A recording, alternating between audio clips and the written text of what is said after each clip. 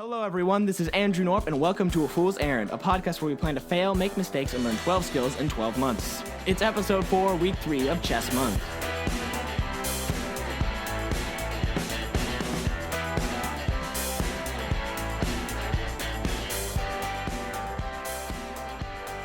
Today I plan to talk to you about my wild week, which I expected to go very different than it did, much like actually all the weeks so far. Maybe that's a lesson I'm learning. It's definitely been crazy and terrifying. I'm hopeful about the next week, though. I may as well just get right into it and actually start talking about the content here. Thank you guys so much for coming out and listening to this episode of A Fool's Errand. I haven't given a rundown on what this podcast is in a while. It's a podcast where I'm trying to learn 12 skills in 12 months, which sounded a lot easier until I started it, okay? It's Chess Month, where we're going to be trying to learn, we are trying to learn chess in a month. I already played a little bit of chess before this month, but I want to get my chess score to 1600. A goal that, like the other one, seemed easier until I attempted it.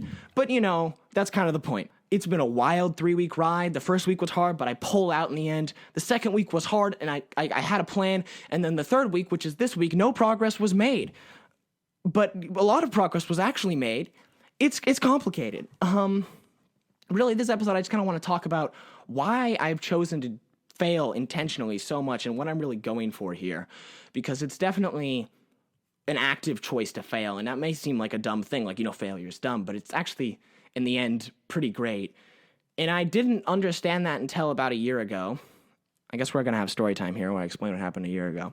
But about last February, I had this whole big plan about 2020, similar to this year, where I was going to write a novel in about 3 months, I think, because I had written a ton of books before that weren't very good, and I wanted to edit one of the books I had written that was one of the better ones into a novel I could actually attempt to publish, so I could learn the publishing world a bit more. So I set out with high hopes. I had this daily plan. It was going to be awesome, and it didn't even seem that hard. I only had to write 3 hours a day, and I had definitely written for 3 hours a day before this. So I just set out and went for it, but it just didn't happen. I sometimes would write for 3 hours a day, sometimes I wouldn't, and it was just a really depressing time. Like, most of my life I've been pretty happy, but that month or two during that time, I would make really dark, sad jokes in my head like, Andrew Norp gained success while also gaining depression. I was I just couldn't be happy. Or I would have weird spurts of joy in between great pits of sadness, which is almost worse, because if you're really sad and stressed and scared, at least you're okay, I know I'm stressed and scared, I can deal with that. But if sometimes you're really excited and about the project, you can lie to yourself and convince yourself that everything's working fine. And what would happen is I would write the 3 hours and I would achieve my goal, but then I would be your things you wrote was really bad, so you should hate yourself because your value only comes from writing good things. Or I wouldn't write the 3 hours, and I'd be you're such a weakling. You cannot write for 3 hours a day. What kind of human being are you? Your value comes from writing, and you can't even try that. You are so weak. I thought you were a hard worker. If you're not a hard worker, what are you? Because I'd kind of attached those two ideas to my identity, that I was a hard worker and then I was a good writer, and I came to discover that both of those things are not true 100% of the time. Because I really felt and this is true, that when we get when we're going through a life, we're kind of attaching ideas to our identity, most of which are good and some of which are bad, and a lot of them come from other people even. Someone will say, oh, that's really great, you worked hard there, you're a hard worker, and you'll be I like that, I'm going to add that to my identity. And other people will be you're kind of annoying, and you're I guess that's a part of my identity too. So then when those things don't add up, you don't just feel I wasn't good at that, you're who even am I if I'm not good at that? So I felt, like a lot of teenagers, I didn't really understand who I was or what my identity was. It was really hard. I had this huge goal, and I liked huge goals, but I just couldn't do it, and I didn't want to quit. That was the whole point of the goal, because I'd quit writing books so many times. I wanted to finish it, right? I didn't want to quit. But it just wasn't working. It really wasn't. It was really hard. It was really difficult. But honestly, what happened was, and this is something I haven't shared publicly a ton, but it was my religion which really got me out of it. It was the help of my parents. Really, in the end, I got a real clear message from God that it was going to be okay, and that I didn't need to do this to be loved by Him. And I was oh, yeah, God doesn't love me because I write things good. And then I was able to quit, and quitting always feels like a failure thing to do, and I kind of did for 3 months. I'm I kind of failed there, and I did fail there. That's true. I did. But that was okay. I had the luxury of not having to write because it was just a project and I'm homeschooled. So I kind of took a break for 3 months, and then I had summer vacation. I did a couple of things. I wrote a bit. I wrote some short stories, but not a ton. And then I worked through and I figured out, hey, wait a second. When you try something, the worst thing that can happen is you fail, right? So the worst thing that could have happened while writing, when it was scary and when I thought I was a terrible writer, is that I write a bad page. And is that the end of the world? And really the reason it was so hard wasn't because of the 3 hours of writing. I can write for 3 hours. I can write for 8 hours. I love writing. It was the fact that it was such high stakes. Every time I wrote something, I would read it and I would say, that was a crappy thing to write. Why did you write that? You're terrible. And then that would break me. I wouldn't want to write. I would dread writing because I was terrified of it being bad, and then I wouldn't write, and I would hate myself for not writing, so I'd dread writing even more. And so I realized that really to get things done, quote unquote, you need to accept the fact that sometimes you'll do bad things or make mistakes, and that's actually totally fine. And not just that, I realized that those 3 months, which were really hard months, have really helped me. I am happier now, and I have been happier for the past 6 months than I have been in the rest of my life because of those really crappy 3 months. And then the kind of 3 months of kind of middle crappiness after it. So after that, I decided, hey, you know what? I'm going to start a ghost walk. I'm just going to try it. Like, what's the worst that could happen? I don't start a ghost walk. It's not the end of the world. It was definitely stressful, and I dove in. I tried to start a ghost walk, and there were definitely hard days. There were stressful days. There were days where I'm like, I'm never going to do this. I can't make it. I do not have enough stories written. I have not done the research. I'm a terrible human being. But those hard days were way less hard than the other days because I had this surety that, A, failure is not the end of the world, and B, that my self-worth was not based on me starting this ghost walk. And so in the end, I started it, and it was really enjoyable to do the ghost walk knowing that I started that. We talked about this a bit in our first episode, and I still messed up a ton. I had bad ghost walks where I didn't tell the stories very well. I have had moments where I probably should have been writing more stories, tons, every day, But in the end, the ghost walk got started, and that was definitely because of what I learned and through the help of my family and my God and all those things. So I learned those lessons, and I thought, I want to learn those lessons again and again until they are fully built into me, and and it was really fulfilling, and I wanted that fulfillment again. So I decided, you know what? I'm going to do that 12 times. So I went into this year planning to do it 12 times. But it's funny how you forget how hard it is when you're in the middle of it. And gosh, are we in the middle of it. My score, we have 1 week left, guys, and my score is at 13. No, it's at 1250. I'm 50 above when I started. I had 4 weeks where I got 50 above. What kind of achievement is that? And I was actually I had a plan. I was ready to go about 4 days ago, halfway through the week. I'm like, I can do this. I can make it. It's going to be awesome. I wasn't even that stressed, right? And then I was like, but you know what? And I lost a couple games and I got a little stressed again. I'm like, I'm going to go back to what helped me last time I had this time. And I went to, my God and all that stuff. And I asked for guidance. And the guidance I got was the most terrifying guidance ever. It was, you know what, Andrew? When you go to the beach with your family this weekend, you need to just be with your family and not play chess. And tell you what, that was way harder than if you would have said, Andrew, you need to play chess for 12 hours a day. Because, at least that's something, right? But that means for the past 4 days, I've been having a lot of fun with my family, but about every once an hour, I'm like, I'm not going to make it. I have to what? I have to win 4 games a day? That's impossible. How am I going to do that? I need to play chess right now. Because my response to stress is to do the thing which is making me stressed and deal with it, which can sometimes be helpful and can sometimes make it worse. But this time it was just, I had to resist that urge. And tell you what, it's the end of the weekend. It's Saturday night.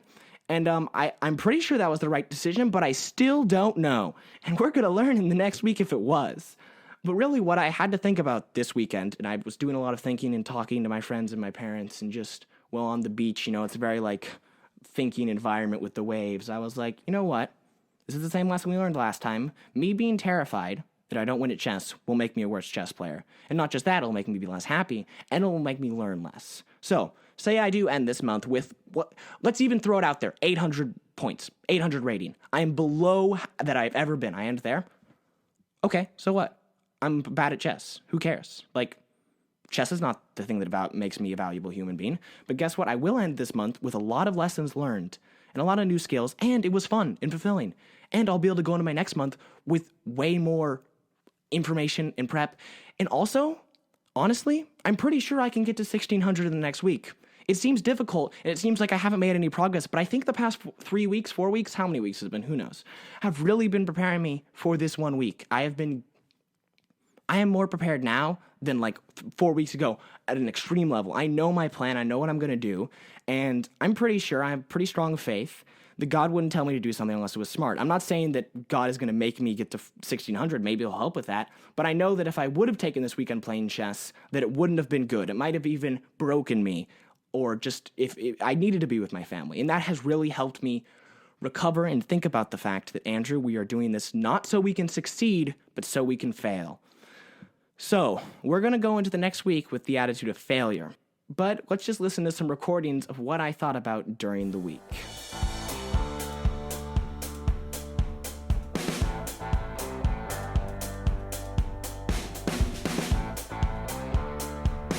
I wasn't able to record that much on like Monday and Tuesday since I was working on getting this podcast out. Super sorry that it came out late. I was just really overrun with that last week before of work, and I wanted to be able to make it sound as good as I could, and didn't want to rush myself too much.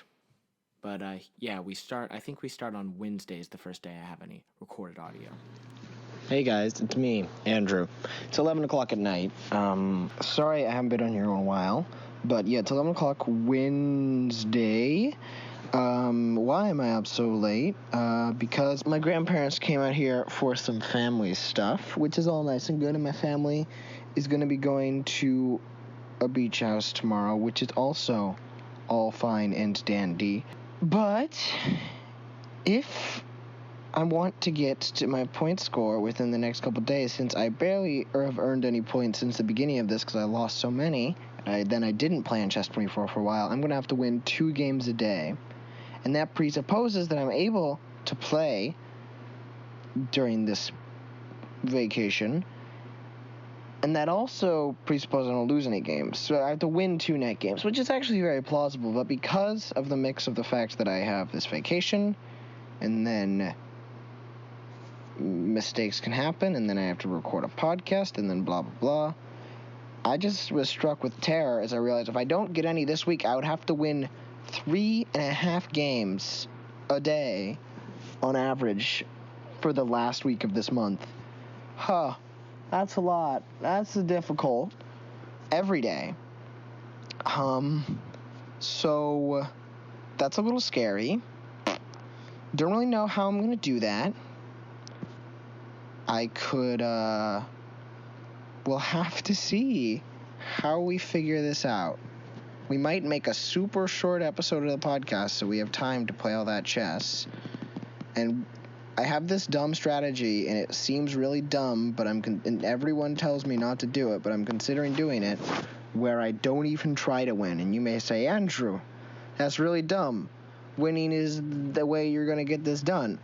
But in my experience recently, the games where I really want to win are also the games I lose because I'm too emotionally invested, and so I make bad moves and I don't do my checklist, or I don't think clearly, or whatever, because I'm too emotionally invested. So the reason I did so well in Lichess may have been because I didn't care about winning. I cared about playing my best game. And you may think those are the same things, but they're really not, because playing my best game is just, it's a very non-stressful experience, because even if you're losing, you can still play your best game. And if you lost, you could have been playing your best game. So if you know what I mean, like, yeah, just trying your best and thinking your best and playing to your highest ability.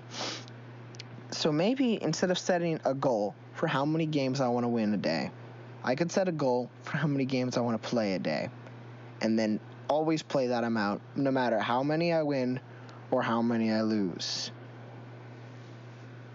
It's an idea, and if it doesn't work, I could waste a couple days and not earn enough points to, earn so few points this week that next week will be crazy. And if it does work, it might just save me. So we'll think about it. Yeah, but I'm going to go to sleep now, because sleep is also good. Before I go to bed, I remember this. One of the reasons, earlier today, I was like super believing that I could, this was very achievable because of all the training I'd done on Lichess and how well I was doing over there. And I'm like, oh, as long as I keep training like this, I'll be able to get back up. But I lost 2 out of my 3 games today, I think I ended up with the same amount of points I started with. And that's scary, because maybe I didn't actually learn enough, or maybe my strategy isn't working, or whatever, or maybe it works, but it doesn't work fast enough or strong enough. But there's also just the chance that I got, like, a person who was way better than their score seemed, or I just made one little mistake that is very easy to not make again, or whatever. Or maybe that one loss has taught me a really important lesson. Or I just don't have the skills to get to points. There's a lot of things here. There's a lot of things. But like I said before, we're going to go to bed. As you can hear from that, I was pretty anxious and unsure about what I was going to be doing for that weekend. We did end up figuring it out. I'll discuss more in some later recordings about why.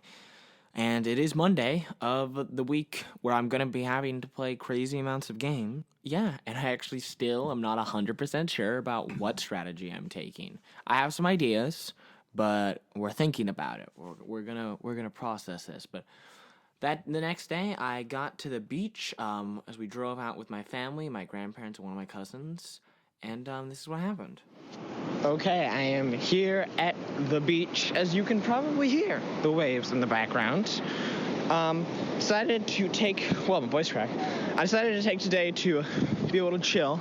I thought maybe the time to let my brain process what I've been studying and learning will be a great opportunity to be able to come in next week with a fuller strength and ability to be able to win a ton of chess games. I'm pretty confident that it will work, but if it doesn't, that's fine as well. As you can hear there, I was planning on just taking at least that day to just think, and I was unsure then when I recorded that if I was going to admit the reason I was taking that break, which is because I asked for guidance from God and he told me to do that. But yeah, I was just processing that, and over those few days I was really learning some good things. We'll talk about those on my how I failed this week segment, but the next day I had some more thoughts about that. I am here on the beach once again, thinking about my oncoming week of chess.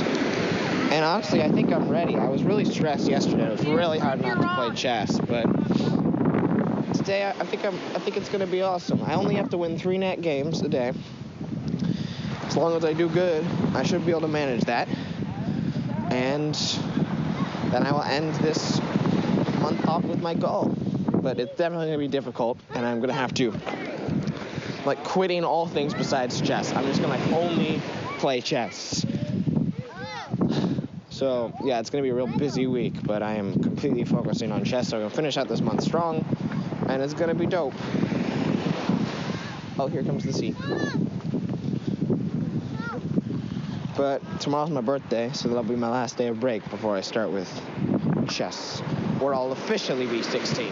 As you can hear there, I was having a fun time on the beach with my siblings. It was much too cold for swimming, but we could just look at the waves, play in the sand a bit, talk, and just be around my family, which I haven't done a ton because of chess. And yeah, as mentioned there, I was going to take this entire week devoted to chess. I did have to do a little podcast stuff, but besides that, I've canceled all other things besides chess this week. And I was thinking that maybe I should build up the expectation that sometimes this podcast will be a lot shorter, or almost always it'll be kind of low quality, because my priority is not the podcast, it's the project itself. And sometimes I've been spending 3 days editing the podcast when that time should have been spent on the project. So that is something I'm learning as I go about this, that I need to spend more time thinking about the project and doing the project and less time on the podcast. But I'll still try to spend as much time as I can, because I like making the podcast and I like your guys' responses. That was actually my last recording of the week. So we will get into how I failed this week.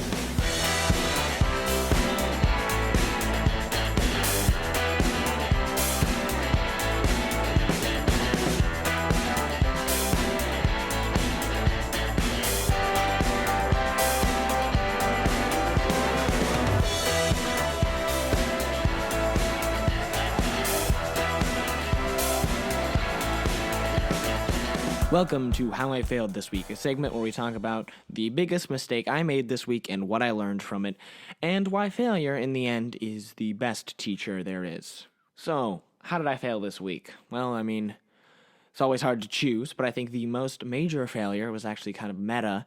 It was the thing which I forgot that this was about failure. I was so set on that 1600 goal, so excited about it, so focused on it, that when the thought hit me that I might not get there, I was terrified, and that terror did not actually help me make good decisions. I played less well because I was terrified of losing games. I was not efficient with my time because I was terrified of not being able to reach the 1600 score.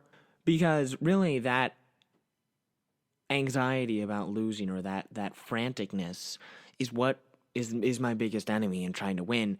And also, this whole project was about trying things so I could either lose a ton and then eventually succeed at the end thing and learn that you can lose and then later still succeed, or losing at the big thing and learning how to deal with that and learning from it. I want to internalize, as I discussed earlier, losing. I want to get really good at losing because there's a lot of failure in life, and that's actually a really important and good part of life that I feel like we're really afraid of in our culture, you know? School teaches us that if you get a bad grade, well, that's really bad. You need to get a good grade now. And there is a lot of culture which is about learning from our mistakes, and I feel like we do a pretty good job talking about that, but sometimes I think we can forget it in the moment, right? We have so many phrases like, don't cry over spilled milk, you know? I forget a lot. Even though we're always saying it, we have all these like inspirational posters and quotes about it, and I even feel kind of cheesy when I'm like, failure is good, it's the best teacher. I feel like I'm your cheesy old grandpa that tells you about the time he got like his job at age 12 and is trying to teach you a lesson. Really, I mean, it's good advice. Like, failure is important and healthy and a vital part of life. And if we can't accept failure, we'll never get started. I once saw somewhere that perfectionism is an author's worst enemy because when you're writing, the really real writer's block comes from fear of what you're writing is not good enough, so you don't write enough.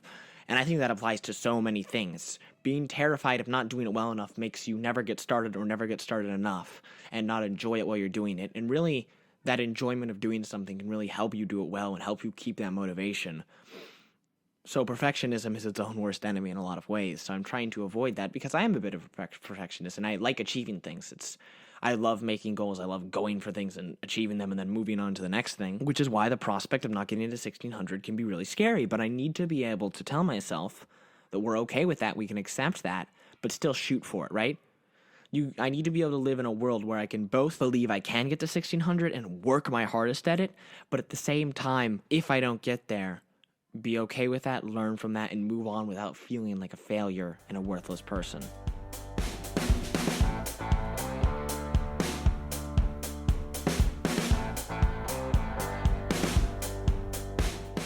Thank you guys so much for listening to that. I know it is a shorter episode and it may be coming out later Monday because once again I had to record on Monday, but I need to play some chess. I can't focus on making a long episode of the podcast.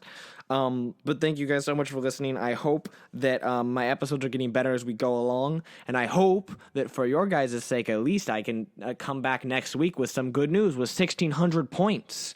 Wouldn't that be an awesome way to end this story? I've kind of been thinking about that when you're writing, you have this thing called the hero's journey. If you haven't heard of it, it's this way you build a story to be really satisfying. Star Wars is like the hero's journey. Lord of the Rings is the hero journey.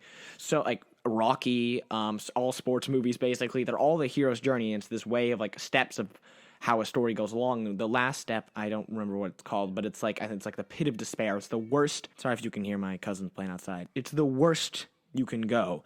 It is like right before the character succeeds, right before the climax of the story, there is this deep pit of terror where everything is going wrong. And this is a base part of every story, even if it doesn't follow the hero's journey. And that's why it's so much more satisfying to rise up at that success. But that is also experience in your life. Right before you get to success, oftentimes there'll be this point of really difficult terror. And gosh, am I in that pit of despair right now? Things are real hard, it's looking real difficult, and we're not quite sure how we're going to figure this out, but we're definitely going to try. So it will all be all the more satisfying if next week I do have 1600.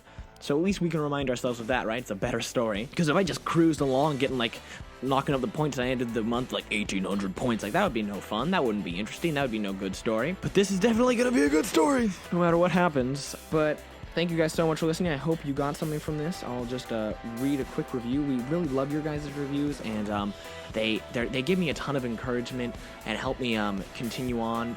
Sorry I haven't gotten the last episode out on YouTube yet. YouTube makes it a little bit more difficult to get the videos out, but I will get this one and the next one out so I can get the comments over there. Josh Jr., wrote the review. Good luck and good job. I need your luck, and thank you for saying I was doing a good job so far. Sometimes it does not feel like that, but I am excited to see what happens and excited to get to playing chess, so I'm gonna have to go and do that right now. But thank you guys so much for listening. If you would like, you could review wherever you can do that on Apple Podcast, or leave a comment on the YouTube channel. That would really help us out. Any questions you have can be directed at afoolserrand@gmail.com or afoolserrandpod on Twitter, or just leave them in a review as discussed earlier. If you want to hear any previous episodes, those should be in the backlog or the trailer if you're not quite sure what's still going on here. Thank you guys so much for listening. Love y'all. Keep failing.